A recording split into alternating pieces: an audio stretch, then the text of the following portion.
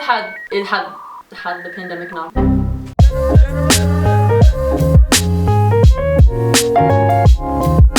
Hello, I'm Loda Irene. And I'm Sarah Bostrom. And we are two English teaching assistants in La Rioja, Spain. So, a little background. I studied English and finance at the University of Alabama. Did not study teaching in any capacity. And I studied Spanish education at St. Edward's University in Austin, Texas. But we're both here working in two different schools in two different cities, teaching English to a bunch of different students and a wide variety and range of ages and skill levels.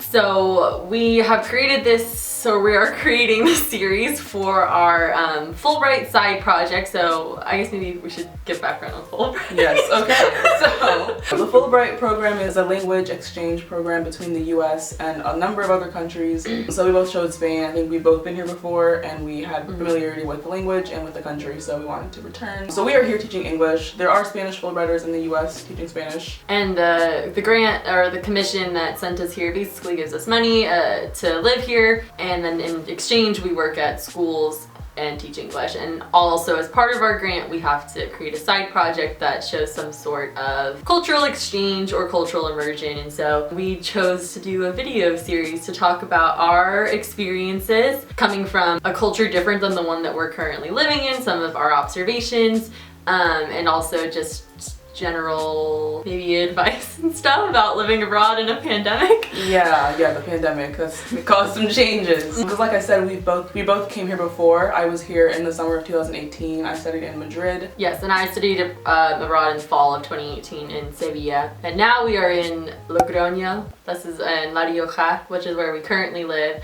I also teach in Logroño, and Loda teaches in a smaller city outside of Logroño called Calahorra. Yes, it is about 35 minutes by car, hour by bus. I work in a formación profesional, which is essentially a vocational school. So the subjects that I teach or work with are childcare / kindergarten teachers, logistics, transport and logistics specifically, and then I work with the beauticians and the hairstylists. So it's a wide range of subjects. It's very interesting. And I work at a secondary school, so I have kids from, well, I shouldn't just say kids, I have students from age 12 or 12, 13 in primer de eso is what they call it. It's like first year. All the way up to, I also have formación profesional students that are vocational training, so I have students from 12 to 43. And I teach mostly in English classes.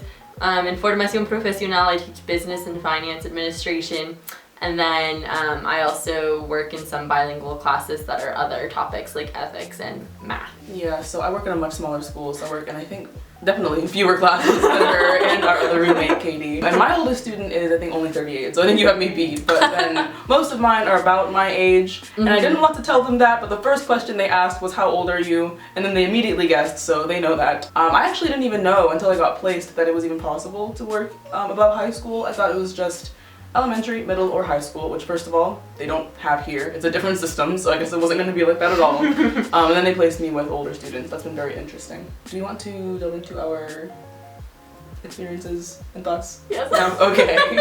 So like I said, I don't have any teaching experience, or I didn't have any teaching experience 3 months ago before this started.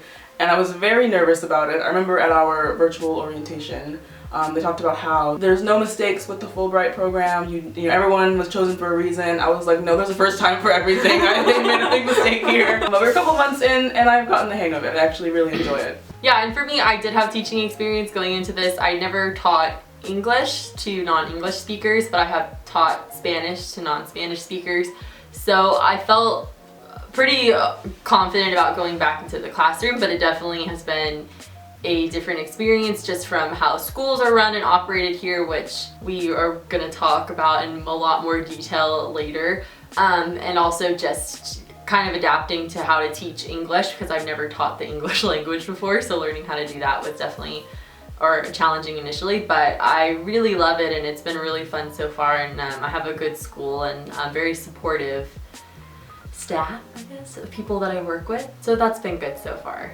Yeah, it's been an interesting flip because a lot of the people here, I don't want to say most, but I think a lot of the people that I've met, at least here, have some teaching background, but then I studied English, so like, you know, some people kind of struggle with how to like teach certain grammar rules or basics or whatever, and that's like what I know, whereas I was struggling more with like engaging and like timing classes, like how long do things take. I didn't know. So there's a lot to get used to, but it's been a really good time in the classroom and out of the classroom, exploring the region, because we're not allowed to leave the region. Yes, so we're currently confined to just being in the autonomous region of La Rioja, which has been fine actually. There's plenty to see, and the city was also in lockdown for a while when we first arrived, so that just ended, I don't know, a couple weeks ago. So we've been able to even just do more things in the city itself that we live in, so that's been exciting as well. Everyone calls it the most beautiful region. Honestly, I think they're right. Like when I commute, I'm going through like all these vineyards and like beautiful rolling mountains and like snow-capped mountains in the distance. I'm like, okay, it could be worse. It could be worse, yeah. The wine here is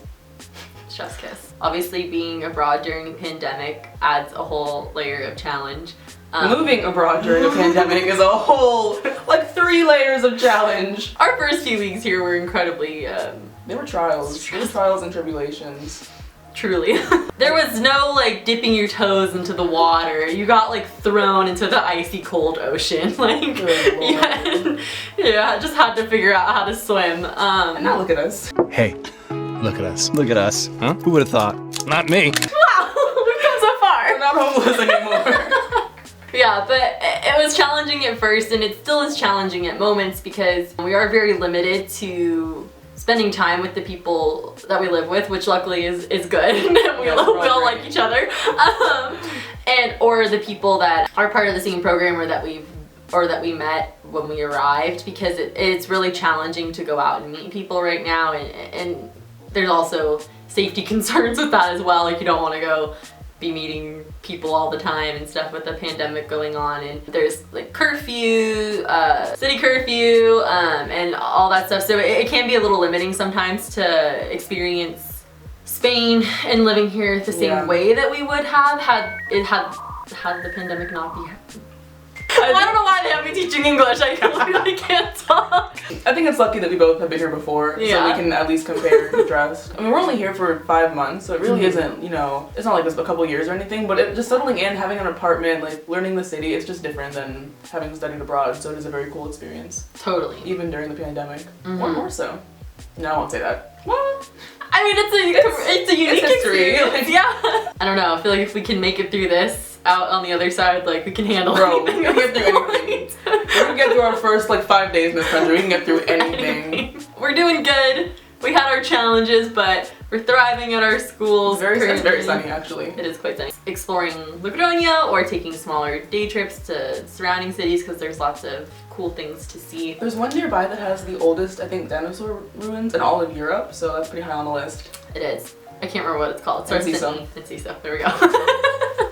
So there's that. There's also a city called San Millan, which has some of the first written Spanish words ever recorded. That's where Spanish originated. I want to go so bad. Which is so cool. This is like the first thing I looked up when I was first placed here, because I didn't really know much about the region. The second thing I saw was wine. Wine. Wine is like the big thing here. Like, if you ask your students what you should do, they'll be like, drink wine. Like, you should really have some wine. I'm like, oh, okay, well. Will do. We'll do. Is that good for our first? Is there anything else? Should we just close it? Oh my god, I didn't think this far.